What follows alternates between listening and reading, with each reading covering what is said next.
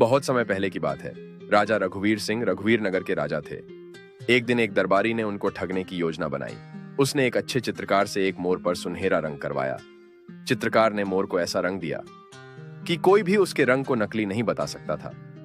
दरबारी ने उसे राजा के सामने पेश किया और कहा, महाराज, ये जंगलों में पाया जाने वाला सबसे दुर्लभ प्रकार का मोर है। मैंने इसे पाने के लिए 30,000 स्वर्ण मुद्राएं खर्च की है, ताकि इस विशेष पक्षी को आपका संरक्षण प्राप्त हो सके।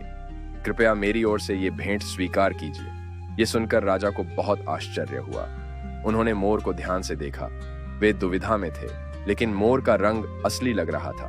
उन्होंने विश्वास कर लिया कि ये मोर वास्तव में दुर्लभ ही है। उन्होंने उस दरबारी को 30,000 स्वर्ण मुद्राएं दे दी। तभी उनके महापंडित वहां आ गए। उन्हें ये समझने में देर नहीं लगी कि मोर का रंग नकली है। उन्होंने उस चित्रकार को ढूंढ निकाला जिसने मोर को रंगा था। महापंडित ने उससे 4 मोरों पर वैसे ही रंग करवा लिए।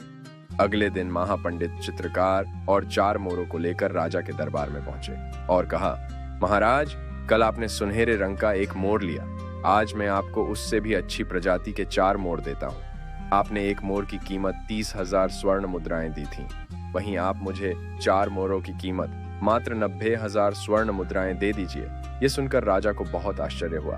फिर भी उन्होंने मान लिया और आदेश दिया, महापंडित को 90,000 स्वर्ण मुद्राएं दे दीजिए।